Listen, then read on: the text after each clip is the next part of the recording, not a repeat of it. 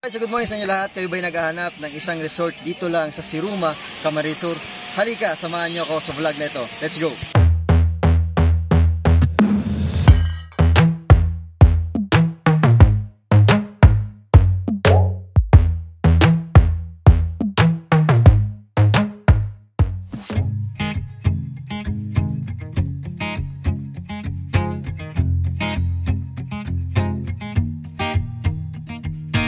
People knew her by her will to make it whatever she put her mind to. Late night hours up the hill, serving coffee to strangers, talking about revenue. She kept dreaming of a world big enough for everyone, but she knew it must rain before it grows. She kept dreaming of the day butterflies survived the wheel. Even though she got knocked down, it never showed. Dear Lily, where'd you go? Where's your heart at? Why'd you fall back? Lately, your afterglow is shining brighter, waking up an easy egg.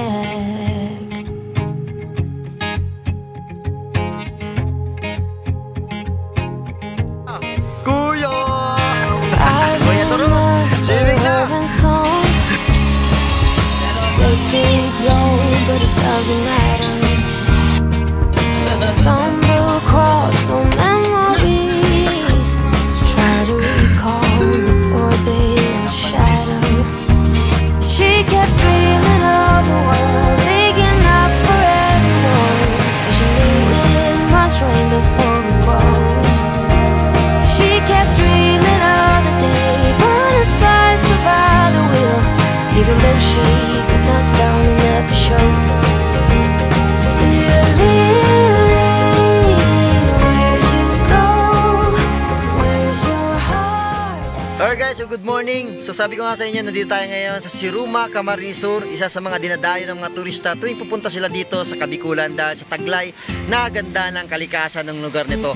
So ayun, kung makikita nyo, ang nasa likod ko lahat mga tent, tapos mga cottages. So para mas makita ninyo, halika, ituro kayo sa resort ito. Let's go! Guys, ito yung mga cottages nila. Pasensya na kayo at gamit ko cellphone lamang kasi naiwan sa bahay yung GoPro ko. Pero gusto kong gumawa ng vlog dito kaya kahit cellphone gamitin na natin. Sanay naman tayo kasi dito naman tayo nauna. So ito yung mga cottages nila dito.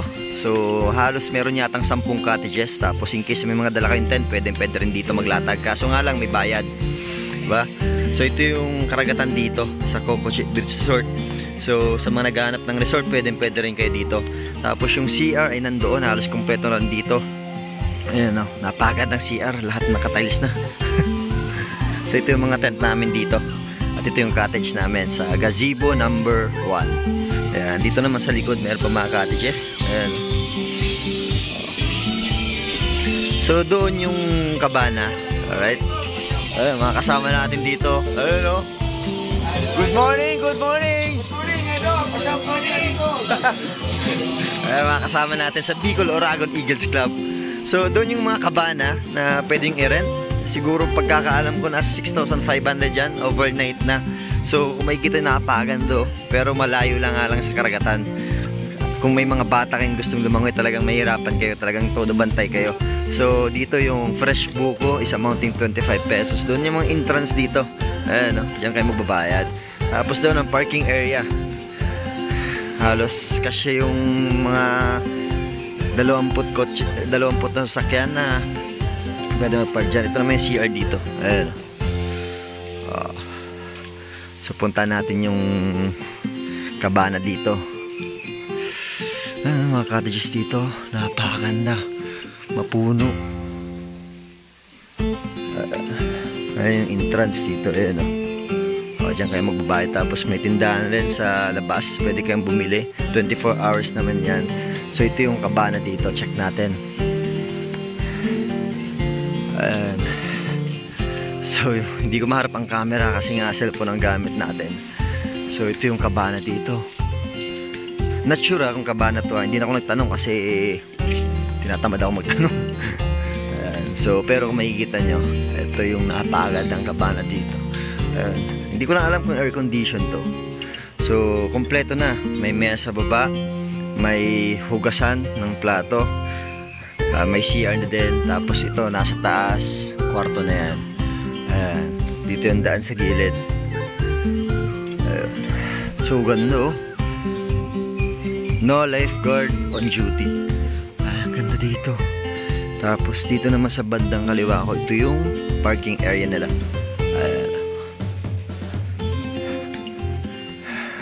Diba, ang ganda dito. Tapos makahoy.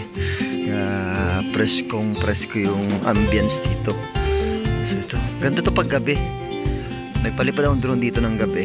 Kaya makikita niya naman. Pero hindi gaano masyado kasi natatakpan to ng punong kahoy. So, problema natin, umaambon hindi tayo makapagpalipad ng drone. Ayun, no? Diba? So, parking area, ito yung tindahan, 24 hours. Tapos, nandyan sa likod niyan yung entrance kung saan kayo magbabayad ng entrance fee. And then, yung iba, yung sa cottage, tapos yung sa tent. Alright? So, mamaya palipad tayong drone. Let's go. Alright, so karagdagang impormasyon lamang dito sa resort na to. So, kung nakikita nyo yung mga cottages na yan, yung mga kubo, kasama po yun dito sa Coco Check Beach Resort.